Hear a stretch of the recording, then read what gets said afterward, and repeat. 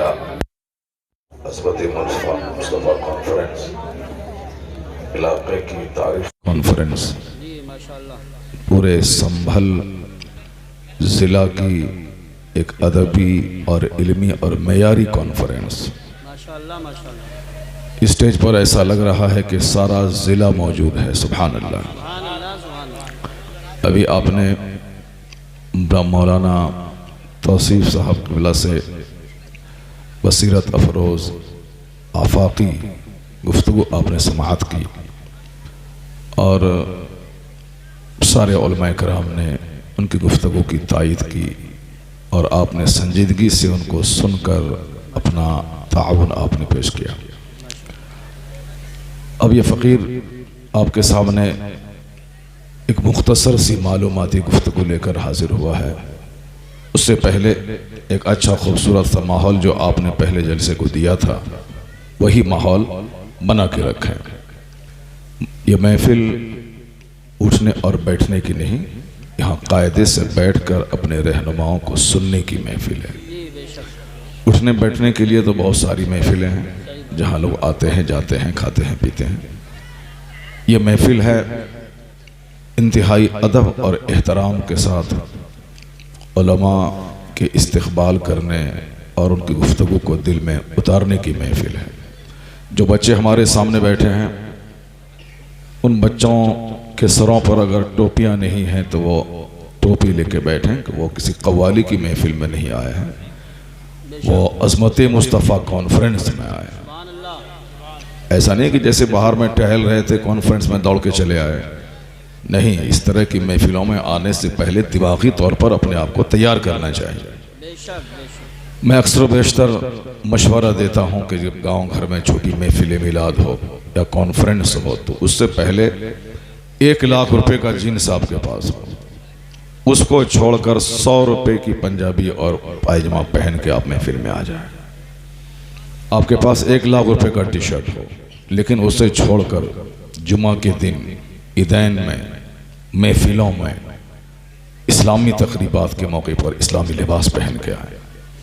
मैंने बनारस के मदनपुरा में देखा कि हज़ारों लोग रहते हैं मगर सबके जिस्म पे वाइट कपड़े और बैठने के लिए वाइट चांदनी, यानी पूरे हिंदुस्तान के एक मेयारी कॉन्फ्रेंस जहाँ अरबपति ज़मीन पर बैठकर पंजाबी पायजामा या लुंगी या टोपी के साथ खिताब सुनते हैं। सुभान अल्लाह।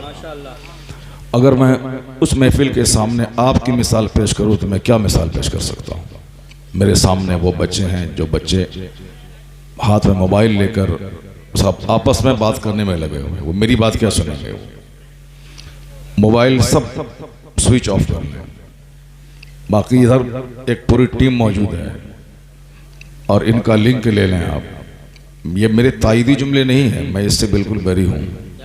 मैंने आज से 2 साल पहले हुजूर कायद मिल्लत अल्लामा असद रज़ा खां क़द्दसल्लहु नूरानी की मौजूदगी में मैंने कहा था कि मेरे अगरचे सैकड़ों वीडियोज़ हैं, लोग सुनते हैं, फ़ायदा हासिल करते हैं, मगर मैं आज तक एक भी वीडियो को मैंने अपलोड नहीं किया है अपने से कि मैंने रिकॉर्ड किया और डाल दिया, ऐसा मैंने नहीं किया। लोगों ने बनाया है, लोगों ने डाला है, वो जाने उसके ज़िम्मेदार है। मैं इससे बरी हूँ, मैंने आज तक ऐसा कोई कदम नहीं उठाया। यानी मैं सिर्फ ये कह रहा हूँ कि अगर करना ही है तो वहाँ तो वो लोग कर ही रहे हैं, आप लोग सब बंद कर लो, सुकून के साथ आप गुफ्तगू समाअत करें। अल्हम्दुलिल्लाह शांति बन गई है।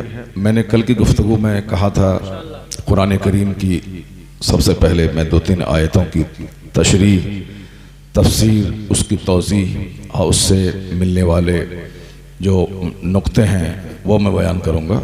उसके बाद आज खुसूसी तौर पर सरकार की अज़मत के ताल्लुक़ से ये गुफ्तगू मैं करूँगा कि आज इस वैज्ञानिक और साइंटिफिक दौर में जहाँ बड़े बड़े स्कॉलर, बड़े बड़े दानिश्वर, बड़े बड़े साइंटिस्ट की नज़र जिस मसाइल के हल पे आज पहुँची है, कुर्बान जाएं आक़ाए दो जहां अलैहिस्सलाम की निगाह रहमत आज से 1500 साल पहले वहाँ पहुँची। तो आज यहाँ से आप उठेंगे तो बहुत सारी बातें आपके दिमाग में रहेंगी। ऐसे बहुत सारी बातें मौलाना तौसीफ साहब ने मेरी फिक्र की बातें उन्होंने आपसे कह दी। मैं आज लगभग 20 साल से जब से बड़े बड़े इजलास में मैंने खिताब करना शुरू किया, मैं यही कहता हूँ कि मैं एक मौलवी हूँ। बुनियादी तौर पर मीज़ान मुनशईब से लेके बुखारी शरीफ तक मैंने सारी किताबें दरस निज़ामी की मदरसे की चटाई पर बैठ के मैंने पढ़ी। उसके बाद मैट्रिकुलेशन, इंटरमीडिएट, ग्रेजुएशन, अंग्रेज़ी लिटरेचर में ऑनर्स, अंग्रेज़ी लिटरेचर में पीजी, ये सब आला नंबरों के साथ, यानी जहाँ एक हज़ार बच्चे स्कूल के रहते थे जो माँ की गोद के बाद से ही कॉन्वेंट में पढ़े हैं, उन बच्चों की मौजूदगी में इम्तियाजी नंबर लाकर अल्हम्दुलिल्लाह इज्जत के साथ वहाँ की डिग्रियाँ मैंने हासिल की। माशाअल्लाह, सुभान अल्लाह, सुभान अल्लाह। तो जब मैं मदरसे में पढ़कर वहाँ की सारी तालीम हासिल कर सकता हूँ, कॉलेज की आखिरी तालीम है पोस्ट ग्रेजुएशन, जब वहाँ तक मैं पढ़ सकता हूँ, तो अगर हमारे बच्चे चाहें तो मदरसे में रह करके भी वो काम कर सकते हैं, और स्कूल के बच्चे चाहें तो स्कूल में पढ़ने के बाद भी सरकार की सुन्नतों पे अमल कर कर एक परफेक्ट मोमिन बन सकते हैं। और 20 साल से कुरान और साइंस, हदीस और साइंस, यही मेरी गुफ्तगू का उन्वान रहा, ताकि मेरे बच्चे जो ऑटोहान को जानते हैं, जो रदरफोर्ड को जानते हैं, जो आइंस्टाइन को जानते हैं, जो गैलीलियो और न्यूटन को जानते हैं, वो इमाम गज़ाली को भी जाने, वो जलालुद्दीन सयूती को भी जाने, वो साहब आला हज़रत फाज़िल बरेलवी को भी जाने। वो जाने कि जो इन लोगों ने आज दिया है उससे बड़ा काम तो हमारे बुजुर्गों ने बहुत पहले से किया है। अगर ये बात आपके दिमाग में आ गई है तो इंटर कॉलेज तो अब खुल ही जाएगा इंशाअल्लाह। मौलाना एहसान साहब क्या कहना, ये तो बिल्कुल एक्टिव और फ़आल आलिम दीन का नाम। मैंने इनको कल भी देखा, जो खुद गुफ्तगू करते हैं मगर मुकम्मल 2-2.5 घंटे 3 घंटे तक उन्होंने कीमती वक्त जलसे को दिया, इस फ़कीर की गुफ्तगू सुनी, गुफ्तगू को सराहा, और फिर सबसे बढ़कर मौलाना नातिक साहब की हौसला अफजाई की कि भाई आप काम कर रहे हो, मैं तेरे साथ हूँ। वरना जिसके यहाँ आज इतना बड़ा जलसा हो वो कल पूरी रात वहाँ रहे, ये कोई दर्दमंद आदमी ही ऐसा काम कर सकता है। और फिर जब मैं यहाँ आके देखा यहाँ का हुस्न इंतज़ाम और अज़ीमुश्शान एक बिल्कुल कॉलेज नुमा मदरसा, तो देख के दिल बाग बाग हो गया। हम लोग किसी के पास एक बार जाते हैं कि मदरसा चलाते हैं, चंदा दीजिए, अगर वो सर खुजला के बोलता है कि ठीक है आ गए हैं तो 500 ले लीजिए, तो फिर हम लोग अंदर से थोड़ा ऐसा खुददार वाक़ होते हैं कि दोबारा उसके पास जाने की हिम्मत नहीं जुटाते हैं। लेकिन मदरसा चलाने के लिए एक बार गया, नहीं दिया, वापस भाग गया, तो ऐसा शख्स मदरसा नहीं चलाता है। ये और बात है कि हमारे पास मेरे मातहत 3 बड़े बड़े मदरसे हैं, मगर ये काम बहुत कम मैं करता हूँ, और उसकी सरपरस्ती, उसकी निगरानी, उसका फाउंडर हूँ, मैंने कायम किया, मैंने खुद अकेले तने तनहा, कोई कमेटी नहीं। मगर उसके बावजूद ये काम मेरे लिए भारी है। एक बार जाना तो आसान है, मगर बार बार जाना, रमज़ान में जाना, खाल लेने के लिए जाना, उश्र के लिए जाना, जलसे के लिए जाना, ये काम करने के लिए सीने पर पत्थर रखना पड़ता है, तब जाके बड़ा काम होता है।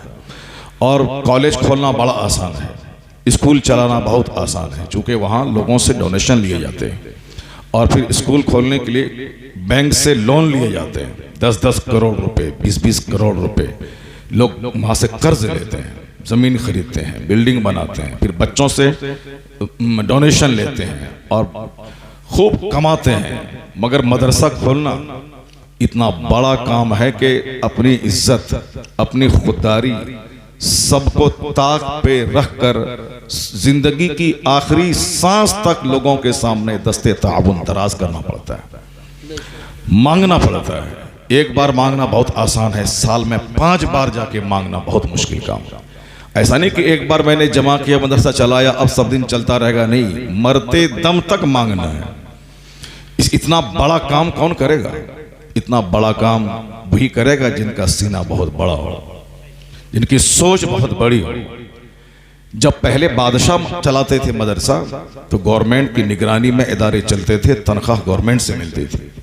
उसके बाद जब औकाफ का कारोबार शुरू हुआ तो लोगों ने एक 100 बीघा ज़मीन मदरसे में वक्फ किया, उसकी आमदनी से मदरसा चलता था।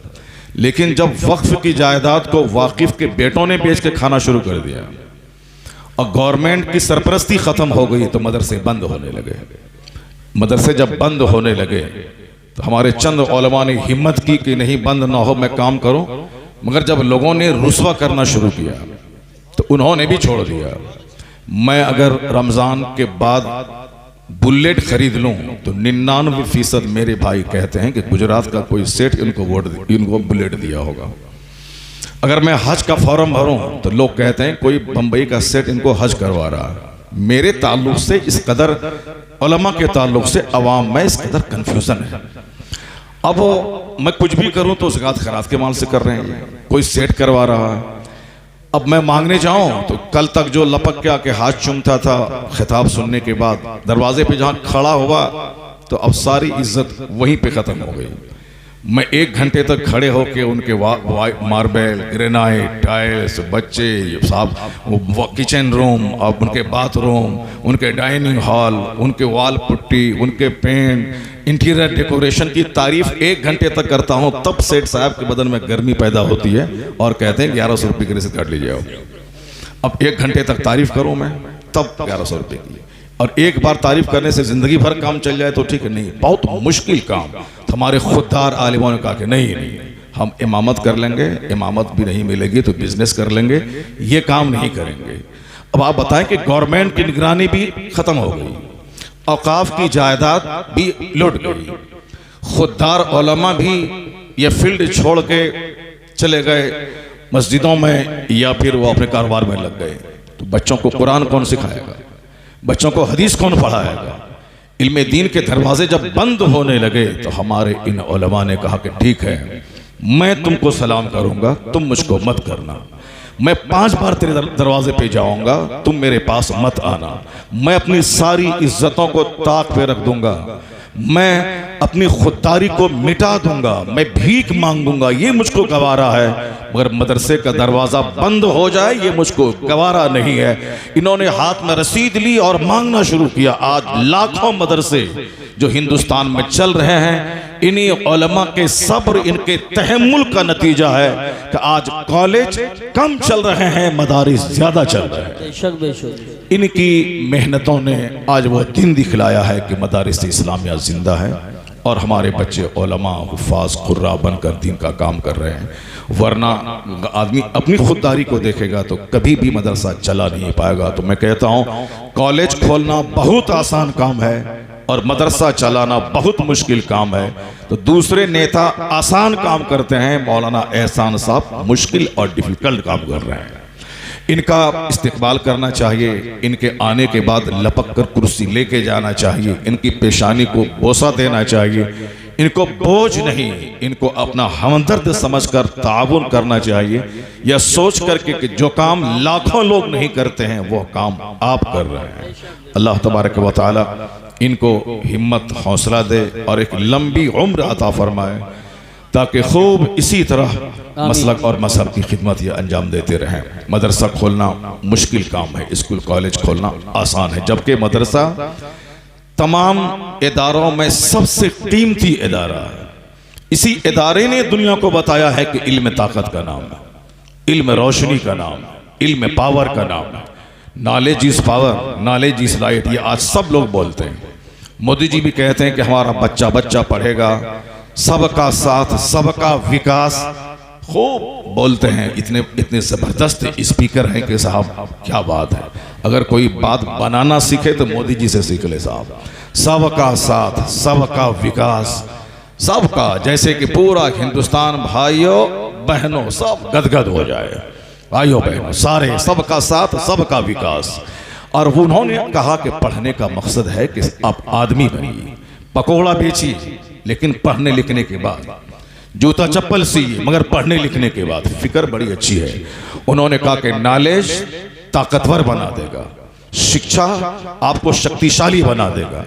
चूँकि गांधी जी का नाम ये कम लेते हैं और गांधी जी को अपना मॉडल भी मानते हैं, उनके चेले चपेटे कम लेते हैं, मगर ये नाम लेते हैं चूँकि गांधी जी भी गुजरात के हैं और ये भी गुजरात के हैं, इसलिए गांधी जी के को मॉडल के तौर पर मानते हैं कि उन्होंने शिक्षा पे, नए भारत के निर्माण पे जोर दिया है। और हकीकत में गांधी जी ने कहा शिक्षा हर घर में जाएगा, सारे लोग पढ़ेंगे। अंबेडकर जी ने हिंदुस्तान का संविधान लिखा और उन्होंने कहा कि सारे लोग शिक्षित बने, सब पढ़ें, सब पढ़ें। अमेरिका आज दुनिया का बाताज बादशाह है, टेक्नोलॉजी की दुनिया का। उनसे पूछें कि जिसका नाम 800 साल पहले दुनिया नहीं जानती थी, आज ये अमेरिका दुनिया का सबसे पावरफुल मुल्क कैसे बन गया? तो जवाब हर बच्चा देगा कि नॉलेज इज पावर, इल्म ताकत का नाम है जिसने इस मुल्क को ताकतवर बना दिया है। आज रूस यूक्रेन को खाना चाहता है, लेकिन वह यूक्रेन रूस को आंख दिखला रहा है। यूक्रेन के पास वो टेक्नोलॉजी है कि साहब पहले ही वो रूस ही में शामिल था, लेकिन रूस को आंख दिखलाता है यूक्रेन के वैज्ञानिक, यूक्रेन के साइंटिस्ट, यूक्रेन में हथियार का भंडार। आप ये समझ लें कि एक कतरा पानी समंदर को आंख दिखला रहा है। उनसे पूछा जाए कि इतने कमजोर थे तुम, कैसे आंख दिखला रहे हो? तो बोलेगा नॉलेज इज पावर, इल्म ताकत का नाम है, इल्म रोशनी का नाम है। वो जापान जिस पे आज से 70 साल पहले अमेरिका ने 2 बम गिराया, एटम बम और हाइड्रोजन बम, हिरोशिमा पे, नागासाकी पे। जापान के 2 बड़े शहर हैं। जिस तरह मैं हिंदुस्तान के 2 बड़े शहरों का नाम लूं, एक बंबई, एक दिल्ली, उसी तरह हिरोशिमा और नागासाकी 2 बड़े शहर हैं जापान के। उन दोनों सिटी पे अमेरिका ने बम गिराया। वो अमेरिका जिसने जापान को नेस्तो नाबूद करने के लिए एटम बम गिराया, बहुत सारे लोग मर गए। यहां तक कि उसके जहरीले असरात से आज भी लोले लंगड़े लोग पैदा होते हैं, जो कि खतरनाक गैस होती है उस बम में। ऐसा नहीं कि बम गिरा वहां से सब लोग दब के मर गए, नहीं, वो ऐसा खतरनाक बम होता है कि उससे वो इलाके की ऑक्सीजन को वह बम खत्म कर देता है, लोग घुट घुट के मरने लगते हैं। उसका जहरीला असर बहुत दिन तक रहता है। इतना खतरनाक बम गिरने के बावजूद उस मुल्क को तो तबाह हो जाना चाहिए, लेकिन आज 70 साल के अंदर जापान अमेरिका से भी ज्यादा ताकतवर मुल्क बन चुका है। सारी दुनिया को अपना माल सप्लाई करता है, कीमती सामान जापान तैयार करता है। उससे पूछा जाए कि तुझे तो मिट जाना चाहिए था, लेकिन तुम आज, तुम्हारी मईशत पूरी दुनिया में स्ट्रांग है, इकोनॉमी तेरी बड़ी मजबूत है, सारी दुनिया में तेरा माल जाता है और सारी दुनिया से करेंसीज तेरे मुल्क में आती है। वो मालदार होता है जो अपना पैसा दे दे के सबका सामान खरीदे, वो तो कंगाल हो जाएगा। लेकिन जो अपना माल दूसरे को दे और दूसरों की करेंसी मेरे मुल्क में आए, वो तो मालदार हो जाएगा। जापान ने कसम खा लिया था कि मैं दूसरों के सामने हाथ नहीं फैलाऊंगा, यहां तक कि चप्पल से लेकर के जहाज तक सब मैं अपने मुल्क में बनाऊंगा। आज वह जापान ताकतवर, मालदार, रिचेस्ट कंट्री ऑफ द मुल्क। पूछा जाए कि किस फॉर्मूले ने तुमको आज नेस्तो नाबूद होने के बावजूद तुम्हें ताकतवर बनाया? जवाब होगा knowledge is power, knowledge is light. इल्म ताकत का नाम है, इल्म रोशनी का नाम है। चाइना बुद्धिस्टों का मुल्क, गंवारों, जाहिलों, अल्लड़ों, बेवकूफों और नाकारों का मुल्क था, लेकिन आज वो चाइना, अमेरिका भी बाज मामलात में उससे डरता है। हिंदुस्तान थर्राता है, पाकिस्तान कांपता है, जापान भी डरता है, वियतनाम डरता है। यानी अक्सर ममालिक, उसकी आबादी सबसे बड़ी आबादी। अगर हर आदमी चाइना का एक पत्थर हाथ में उठा ले तो याद रखें कि इतनी बड़ी आबादी है कि अमेरिका पत्थरों का पहाड़ बन जाए, इतनी बड़ी आबादी है उसकी। यानी जो बड़ी आबादी वाला मुल्क है, जहां के लोग अल्लड़ थे, गंवार थे, जाहिल थे, लेकिन आज वो ताकतवर कैसे बन गया? आज उनके हथियार के सामने अमेरिका और रूस को भी सोचना पड़ता है। हिंदुस्तान का पड़ोसी वो गाहे बगाहे हमारे मुल्क में कदम रखता है। मेरी फौज को मैं दाद दूं हमारे मुल्क की फौज को कि उसके सामने सीना तान के मेरी फौज खड़ी रहती है, वरना उसके पास इतनी ताकतें हैं कि मेरे मुल्क में घुस जाए। ये हमारी फौज की बहादुरी है कि चीन के बढ़ते हुए कदम को मेरी फौज रोकती है। मगर ताकतवर तो इतना है कि अमेरिका की मंडी में चाइना का माल, हिंदुस्तान के हर बाजार में चाइना का माल। वह दुश्मन है मेरा, मगर मेरी मजबूरी है कि मैं उसका माल खरीदूं। वह दुश्मन है मेरा, मगर मेरी मजबूरी है, मैं उसको आंख नहीं दिखा सकता, क्योंकि इस कदर उन्होंने माल बनाना शुरू किया है, प्रोटेक्शन देना शुरू किया है। आज आ जाए कोई कार, दूसरे ही दिन उसकी नकल उसके पास रहती है। आज बना ले कोई फर्नीचर, दूसरे ही दिन उसके पास नकल होती है। यहां तक कि अरब हमारा मुल्क है, यानी चीनो अरब हमारा, हिंदुस्तान हमारा, मुस्लिम है हम, वतन है सारा जहां हमारा। डॉक्टर इकबाल ने बहैसियत मुस्लिम कहा था कि सारे, बहैसियत हिंदुस्तानी कहा था कि सारे जहां से अच्छा हिंदुस्तान हमारा।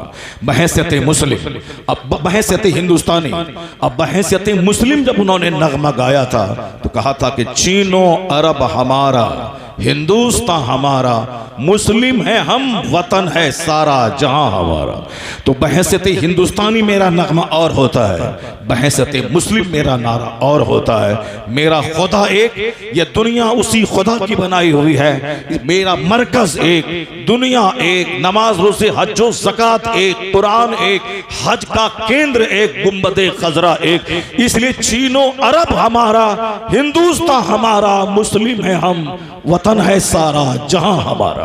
यह दोनों सोच रखनी पड़ेगी। बहैसियत हिंदुस्तानी पाकिस्तान आंख दिखलाए तो आंख निकाल लेंगे, अगर बांग्लादेश मुझको आंख दिखलाए तो बहैसियत हिंदुस्तानी उसके डेने तोड़ देंगे। लेकिन बहैसियत मुस्लिम अगर दुनिया के किसी भी कोने में किसी मुसलमान के पांव में कांटा चुभे, उसका दर्द अपने सीने में महसूस करना होगा। बहैसियत मुस्लिम हमारी सोच कुछ और होती है, बहैसियत हिंदुस्तानी हमारी सोच कुछ और होती है। बहैसियत इंसान, बहैसियत हिंदुस्तानी, बहैसियत मोमिन, ये कई हैसियतें हमारी हैं। उसी जहत से सोचना होगा, सिर्फ एक पॉइंट से नहीं। हम बहैसियत मुस्लिम, सारी दुनिया हमारा मुल्क है, पूरी दुनिया मेरे रब की है। मैं सब इंसान की कदर करता हूँ, चूंकि मेरे मुस्तफ़ा ने कहा है अल खल्क़ कुल्लुहुम अयालुल्लाह, मखलूक सारी की सारी अल्लाह का कुंबा है, और तुम में सबसे बेहतर वो है जो अल्लाह के कुंबे से बेहतर सलूक करता हो। भूखा अमेरिका में रहे, उस भूखे का ख्याल करना हमारी जिम्मेदारी है। जैसे पाकिस्तान में ज़लज़ला आता है, हिंदुस्तान से साड़ियाँ जाती हैं, हिंदुस्तान से कपड़े जाते हैं, हिंदुस्तान से राशन जाता है, हिंदुस्तान से माचिस दियासलाई, हिंदुस्तान से गेहूँ जाता है। ये बहैसियत इंसानी, बहैसियत इंसान, इंसानियत का मुजाहरा होता है। बाकी रही बात सरहद की सुरक्षा, वो अपनी जगह है। मैं कहना चाहता हूँ कि आज चाइना, हिंदुस्तान पूरी दुनिया की मंडियों पर अपना माल फैला चुका है। चाइना ताकतवर क्यों हुआ? उनका जवाब है knowledge is power, knowledge is light. इल्म ताकत का नाम है, इल्म रोशनी का नाम है। ए लड़का, ए लड़का, जरा देखें उसको, कितनी बदतमीजी है। इतने उलमा बैठे हैं, वो मोबाइल चलाते हुए बाहर जा रहा है। बेहयाई और बेशर्मी की हद हो गई यार। जलसा कभी कभी होता है, इसलिए हमारे आज माँ बाप बदतमीज बच्चे पैदा कर रहे हैं। बुजुर्गों ने कहा है कि अखीर जमाने में माँ के पेट से कुत्ता पैदा होगा, यानी नाक नक्शा उसका रहेगा इंसान जैसा, खसलत कुत्तों जैसी होगी, कैरेक्टर कुत्तों जैसा होगा। यानी एहतराम मस्जिद का तो मस्जिद के दरवाजे पे नाचेगा वो बच्चा, एहतराम मदरसे का तो मदरसे के दरवाजे पे डांस करेगा वो, एहतराम जलसे का वो सिनेमा हॉल में 3 घंटे गुजारेगा, मगर जलसे में उसको 3 घंटे गुजारना उसके लिए बोझ हो जाएगा। जब से मस्जिदें वीरान हुई, मदरसा वीरान हुआ, जलसे वीरान हुए, अल्लाह ने मेरी जिंदगी को वीरान कर दिया। मेरी जिंदगी से सुकून खत्म हो गया, मेरी जिंदगी से चैन खत्म हो गया।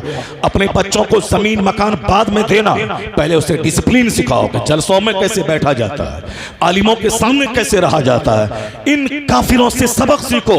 हिंदुस्तान का प्रधानमंत्री होने के बावजूद एक छोटे से मंदिर का शंकराचार्य उसका वो चरण छू लेता है, उसका हाथ अपने सर पे रख के आशीर्वाद लेता है। अपने सीएम से जाके पूछो, वह खुद एक मंदिर का महंत है, उसके बावजूद शंकराचार्य का पांव छू लेता है, उनकी चप्पलें सीधी कर देता है। यानी चाहे किसी भी कुर्सी पर बैठे, मगर धार्मिक गुरु का एहतराम उनसे कोई सीखे। ये अदब मैंने दुनिया को सिखाया था। बाप का एहतराम, ज़ईफों का एहतराम, आलिमों का एहतराम, मजलिसों का एहतराम, मस्जिद का एहतराम, मदरसे का एहतराम, हमने डिसिप्लिन सबको सिखाया।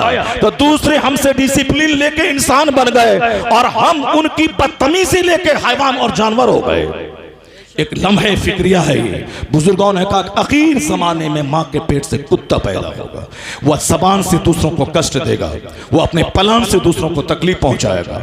वो रहेगा इंसान, मगर उसके दिल में एक ही तड़प रहेगी कि मैं कैसे उसको नोच लूं, मैं कैसे उसको खा लूं, मैं कैसे उसको तबाह कर दूं।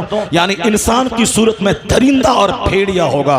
आदमी वही है जिसकी निगाहें शर्म से झुकी हों, जिसके सीने में दूसरों की हमदर्दी हो, जिसका हाथ उठे तो दूसरों को फायदा पहुंचाए, जिसकी जबान खुले तो दूसरों को फायदा पहुंचाए। यानी इंसान की तारीफ है कि जबान खुले तो दूसरों को लाभ मिले, हाथ उठे तो दूसरों को लाभ मिले, और फिर प्लान बनाए तो दूसरों को लाभ मिले, अपनी एक्टिविटी से दूसरों को तकलीफ ना पहुंचे। आज सारी दुनिया कहती है आदमी वही है जो अपने से दूसरों को फायदा पहुंचाए। तो जहां हिंदुस्तान, अमेरिका, चाइना के दानिश्वर ने इंसानियत की तारीफें की है, हुजूर की वो हदीस पढ़िए 1400 साल पहले पैगंबर आजम ने क्या कहा, खैरुन नास मैं यनफउन नास, यानी लोगों में सबसे बेहतर वो है जो दूसरों को फायदा पहुंचाने वाला हो, जो दूसरों को लाभ पहुंचाने वाला हो। The best among you is one who is profitable for other, यानी तुम में सबसे अच्छा वो है जो दूसरों को लाभ पहुंचाने वाला हो। मानवता की वो बातें जो आज के दुनिया के दानिश्वरों ने कही है, जब इस नुक्ते नजर से मैं सरकार की हयात तैयबा का मुताला करता हूं तो इनकी करोड़ों बातें एक पल्ले में रख दूं और एक पल्ले में हुजूर के एक हदीस रख दूं, उसका वजन सब पे गालिब आ जाता है। बना रहे